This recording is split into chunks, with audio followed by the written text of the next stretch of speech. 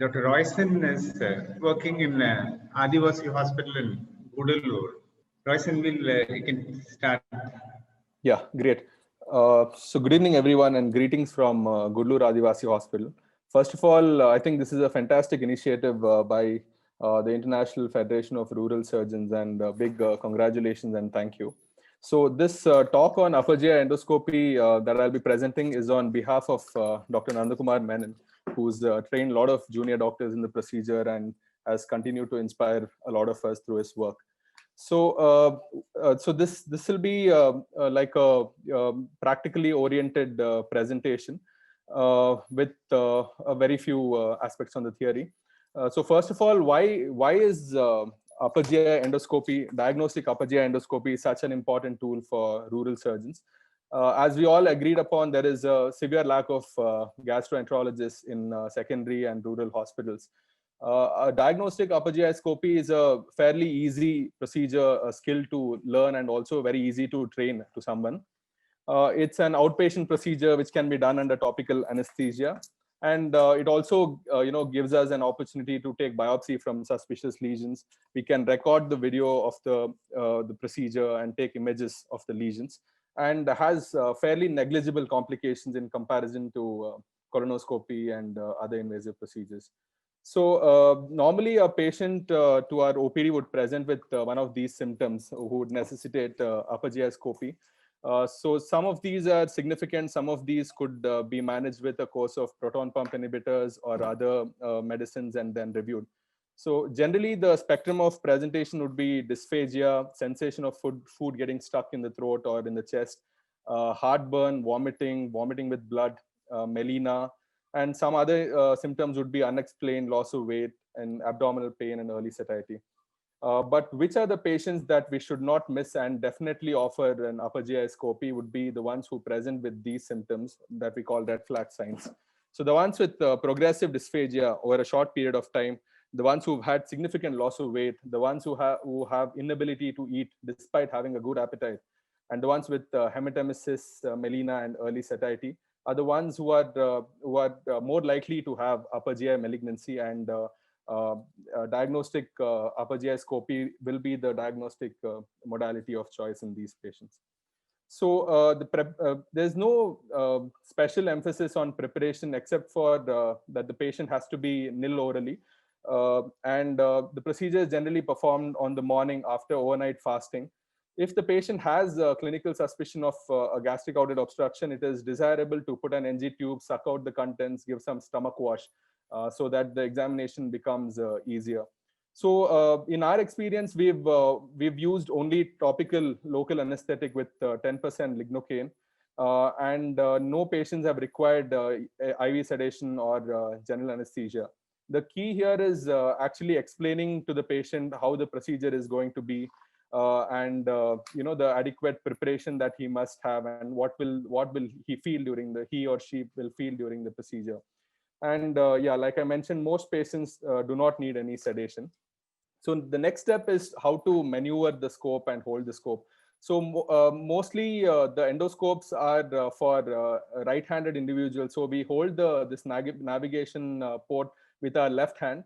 The thumb actually maneuvers the direction of the scope by handling the dials, and the right hand holds the shaft of the scope, which has a camera and a light source. So likewise, there are two buttons on the side of the scope, one for suction and one for irrigation and insufflation.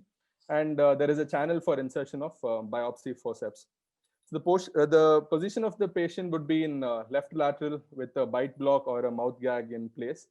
And we generally have a nurse assisting us in positioning the patient and during the procedure. So the most crucial aspect, the step of the procedure is probably passing the scope and entering the esophagus. So the key here and the most important thing here is to insert the scope under direct vision. When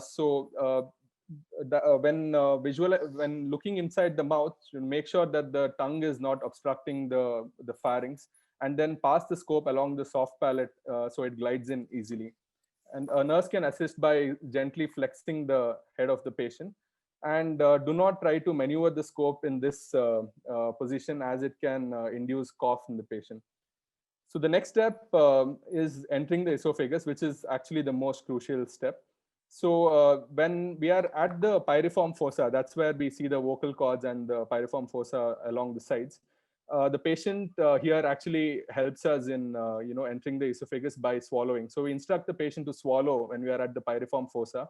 So again, it's very important not to irrigate or insufflate, or because if you do any of these, it will induce severe laryngeal spasm or cough, and the patient will be uncooperative throughout the rest of the procedure. So if there are some secretions near the vocal cords, you can suck them, but do not insufflate or irrigate at this point. So once the patient swallows, the scope glides into the upper esophagus.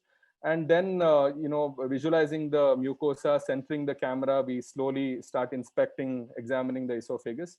And until the next landmark, which is the gastroesophageal or the G junction. So here you see the smooth transition of the squamous epithelium of the esophagus into the columnar epithelium of the stomach, which is called as squamo-columnar junction.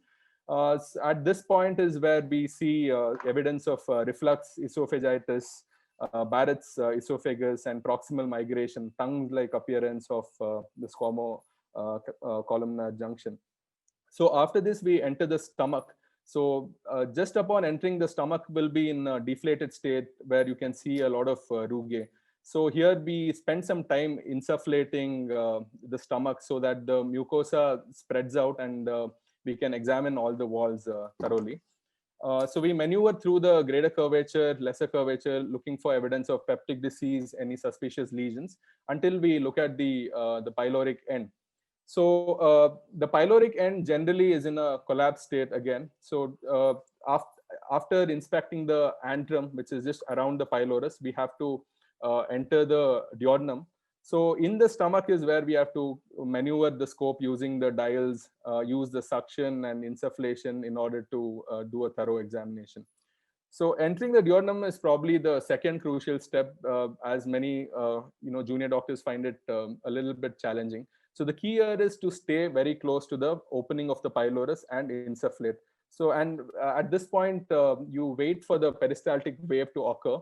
And when the pylorus opens out is when you enter the duodenum. So on entering the duodenal bulb, which is the first part of the duodenum, is the most important area where duodenal ulcers, peptic ulcers are present. So you have to visualize all the walls of the duodenal bulb thoroughly. And then after the duodenal bulb, the duodenum takes an acute bend on the right side. So where you have to again maneuver the scope through to enter the second part of duodenum until the ampulla of Vater. So examining the fundus and the fundus of the stomach and lower end of esophagus, some endoscopists do it right at the point when they are in the stomach before entering the duodenum. Some complete the whole examination of the duodenum, and on their way back is when they examine this. So for this, we have to just gently retroflex the scope when we are in the greater curvature in the body of the stomach, and rotate the scope to examine the fundus. So after this is when we gently withdraw the scope. Again, here we have to use the suction thoroughly so that the stomach is fully deflated and the patient doesn't feel bloating after the examination. And again, when we are in the pharynx and the piriform fossa, do not maneuver the scope, use suction adequately, and remove under vision. So some difficulties that you will encounter is first is when the in entering the esophagus, which is the most crucial step. So vocal cords lie just anterior to the piriform fossa, and here if the scope is bent little anteriorly, we can enter the larynx and the trachea. So this will induce severe laryngeal spasm and cough reflex. So at this point, so at any point, if you think you are going into an area that is incorrect or you don't want to, immediately withdraw the scope gently, center your camera again, and then enter into the area that you want to. So at this point, you just withdraw the scope and enter the piriform fossa, and asking the patient to swallow would actually help you entering the esophagus. So this is how vocal cords and piriform fossa would appear. We would not want to enter the vocal cords, and we want to stay onto the side. That's the piriform fossa. and to enter the esophagus. So piriform fossa is also the weakest point in our whole examination. In upper GI tract, piriform fossa is the weakest point. And if at all any perforations happen, they happen here, and they happen because of forceful insertion of the scope. So it's very important not to push the scope without any vision, and do all the procedures. Whenever you push the scope, do it under vision, and do not use undue pressure, especially in this area. So some images of the esophagus, the normal wall of the esophagus and the normal transition between the squamous and columnar junction. So the image on the right side, if there are tongues of the velvety red mucosa appearing, that we would call them proximal migration of the squamo-columnar junction. And more so, if there are is there more inflammation, then that would be Barrett's esophagus, which is actually a pathological diagnosis. So in case you want biopsy from an area like this, it's very important to take biopsy from all the 4 corners.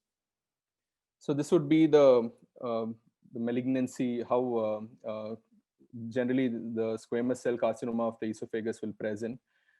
So what are the things that you have to document or see when you encounter a malignancy? First thing is which part of the esophagus is it from?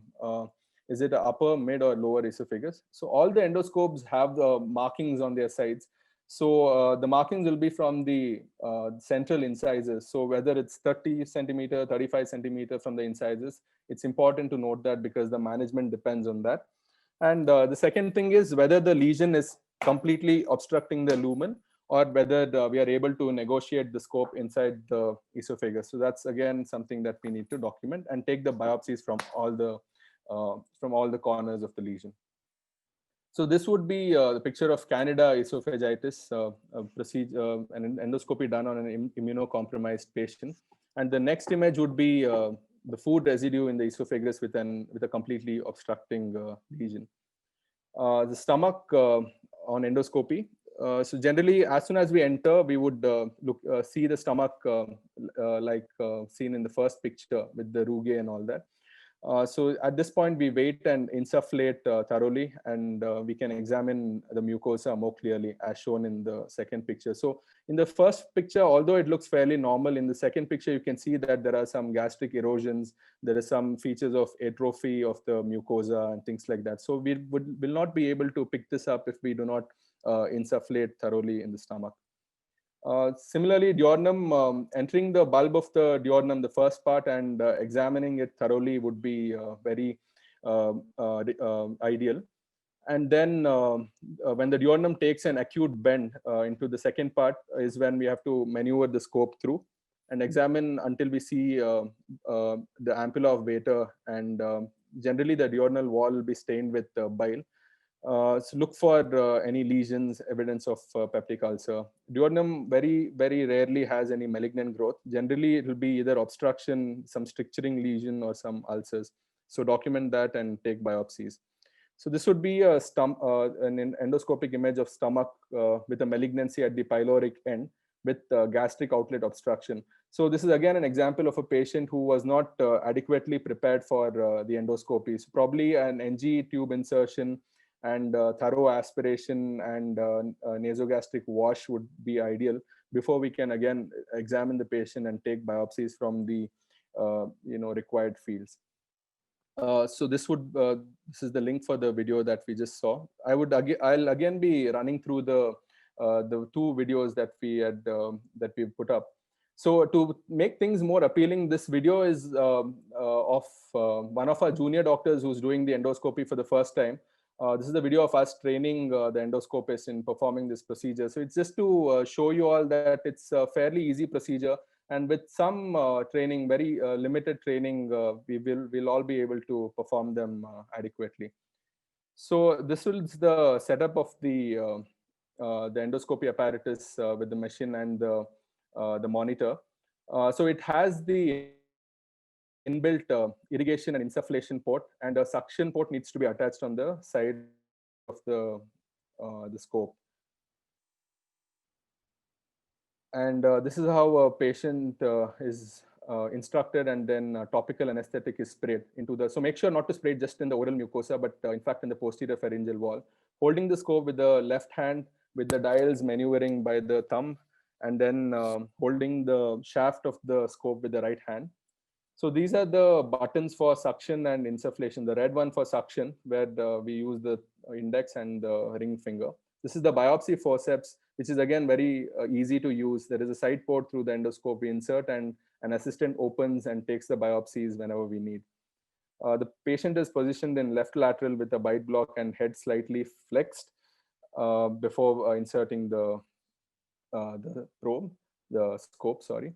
And this is again how we hold the scope. The thumb maneuvers the dial. So the entry into the oral cavity is by direct vision, making sure the tongue is not falling back and glide it through the soft palate. So this is the piriform fossa. In this video, I would like you all to actually look at the hands of the endoscopist to, to see how she's actually handling the dials and maneuvering. So the key is once we enter the esophagus, to keep the lumen in the center. And whenever we are against a wall, this could either be because of us pushing in the wrong direction or because of the peristalsis. Gently withdraw it and again center it, to have the lumen in the middle. And once we are in the stomach, we insufflate thoroughly so that the stomach opens up, and retroflex it to see the fundus of the stomach. Entering the duodenum through the pylorus by insufflating the pylorus. Look for any evidence of disease and take biopsy from the suspicious lesion. And on our way out, again, remember to suction out all the secretions and the air that we had insufflated. And this is how the retroflexed view would appear. So that's the fundus of the stomach, which we'll see by retroflexing. And then we gently pull out the scope by suctioning it out. So anytime the patient has some cough or discomfort, do not take the scope out of the patient's mouth. Just wait for some time and reassure the patient, and then you can again continue the procedure. So this patient that we performed an endoscopy gave consent for this video to be used for training purposes. And that would be the end of the examination. So once we are out of the once we are done with the examination, we use glutaraldehyde or Cidex for sterilization. We immerse the scope for about 20 minutes and then we use it on the next patient. So following the procedure, the patient is instructed not to take anything orally immediately because he'll still have some anesthetic sensation, so he may aspirate. So it's wise to just wait for about half an hour, 45 minutes till he gets some, till he is completely able to have sensation, and then take oral liquids. So this is the view from the camera of the endoscope itself. Again, going through the steps. So that would be the vocal cords and piriform fossa on the sides of the vocal cord. So this is the point where we should not maneuver the scope, or we should not insufflate or irrigate, because the patient can have severe laryngeal spasm and cough. So when we are at this point, enter the piriform fossa generally, and at this point we instruct the patient to swallow. See, once he swallows, we are directly inside the esophagus, and this is where we start insufflating, irrigating, and using the suction in case there are some retained secretions. So all the walls of the esophagus are kept in view in order not to miss out any lesions. So once the lower end of esophagus is reached, we approach the gastroesophageal junction, at which point you look for evidence of reflux disease, Barrett's esophagus, or any lesion. So once that is done, we enter the stomach. So this would be the normal rugosity of the stomach. And once we insufflate thoroughly, the stomach would bulge out, and we can examine more thoroughly. So this is how it would look before insufflating. And once we insufflate, it would this is how it would look once we insufflate. So look for erosions, ulcers, any features of malignancy, evidence of malignancy. The pyloric end of the stomach, and this is the retroflex view to look at the fundus of the stomach and the lower end of esophagus. So here we can look for evidence of hiatus hernia also. So back into the pylorus is where we insufflate and wait for the peristaltic wave. So this, you can see a wave of peristalsis. At this point, you enter into the first part of duodenum. inspect it thoroughly, and then when the duodenum takes that acute bend, you maneuver the scope through to enter the second part of the duodenum.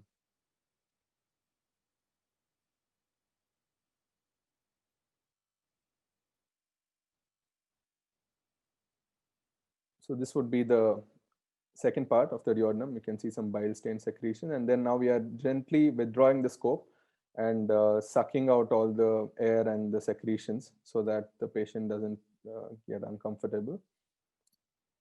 It's very important that we still examine all the walls thoroughly while withdrawing, because many times we miss out some lesions while while inserting the scope that can be picked up while withdrawing.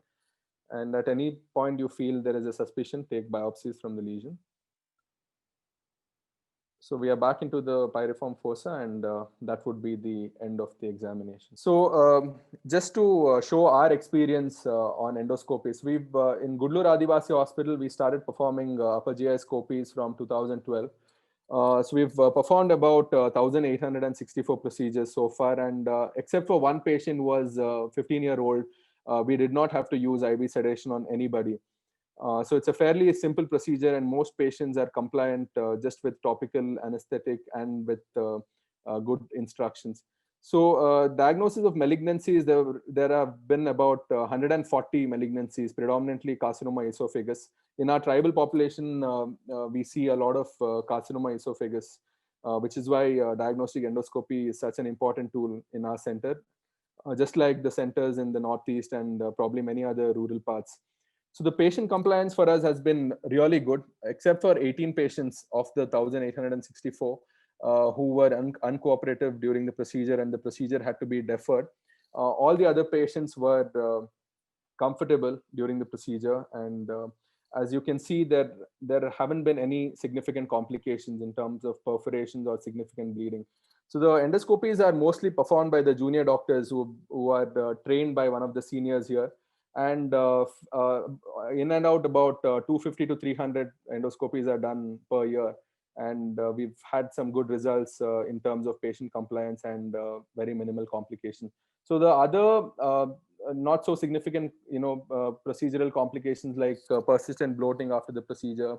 Some patients have some giddiness just after the procedure, and some cough have been less than 2%, and they've all gone home the same day. We did not have to really admit or monitor any patients after the procedure. So finally the take-home message from this lecture would be just to pay attention to these things. So one is the most important is to have patient prepared adequately, so adequate preparation, and to avoid forceful insertion of the scope, especially when the vision is not right. Appropriate orientation, so no lesion is missed out. Similarly, right usage of suction and insufflation. And if there is any suspicion, do the biopsy and withdrawal under adequate visualization. So that would be the presentation on how to perform upper GI endoscopy. And I hope everyone's pretty confident of performing the endoscopy, and I'd be happy to answer if there are any questions or doubts. Thank you. Royston, thank you very much for the wonderful presentation. Thanks. I'd just like to add a few things for people who are listening. When we started gastroscopies in the 80s, we didn't have any formal training before starting it. We just bought the gastroscope and started doing it. And for a small mission hospital, it's a very expensive equipment. So then what happened was that we never wanted to even slightly bend the scope, because we wanted to last very, very. When we started using the nurses for pushing in, they're generally very gentle, and they're quite used to putting in rails too. And then later, because we needed to do a lot of gastroscopies, we started training nurses to do the gastroscopies. And I used to have a monitor in front of me and go in and take over when we need to do biopsies if there are any positive findings. So just one thing I'd like to add to what you said is that some of the patients are not cooperative. So in two ways they can make your life miserable is, one, they can really push hard at the scope with their tongue. And the other thing is they can increase intra-abdominal pressure and start retching and so on, which is not so common. But trying and pushing with the tongue is very common. So their only thing is it's very easy to just wait for a few minutes because it's a voluntary action. And they can't do it for a long time. So once they relax, then they start pushing it. So you need to be very, very gentle when you're doing the Scopy. And we are glad to have Dr. George Matthew here with us. And I'd like to. Hello, sir. Hello. Very nice to meet you. It was a wonderful presentation, very lucid and very detailed. I'm glad you explained everything. One of the things I explained to the patients before doing the Scopy is that they will always have saliva. And it's a natural tendency for them to try and swallow. So one of the things that our nurses and I try and explain to them is that not to try and swallow the saliva, let it drool out through this corner of your mouth because they are having a mouthpiece and there is nothing wrong, let it all just come out. So then the temptation to keep on swallowing is not there. But then you have to explain to the patient that it is all right for saliva to just drip out of their mouth. That is something helps. Royson, thanks once again for the wonderful presentation. Thank you. Okay, then. Thank you. Nothing else. Yeah. Bye. Okay, sir. Bye.